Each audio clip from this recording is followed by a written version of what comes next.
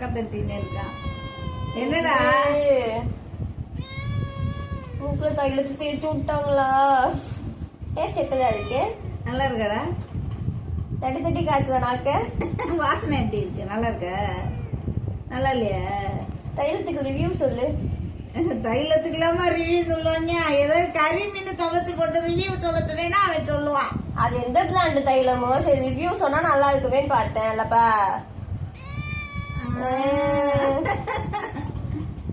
நீ மட்டும் விருது சோறு திங்க போடிய.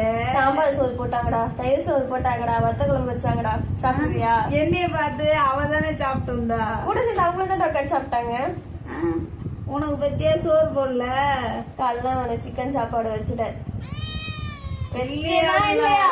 சிக்கன் சாப்பாடு வச்சனா இல்லையா? சிக்கன் சாப்பாடு வச்சனா இல்லையா? எவ்வளவு தெளிவா சொல்றான் இல்லையா? அது என்ன வாய் ஆன்ட்டு இருக்கு? வாய மூடு. வாயில மூட முடியாது. வாய மூடு. வாயில என்னடா ஆச்சு?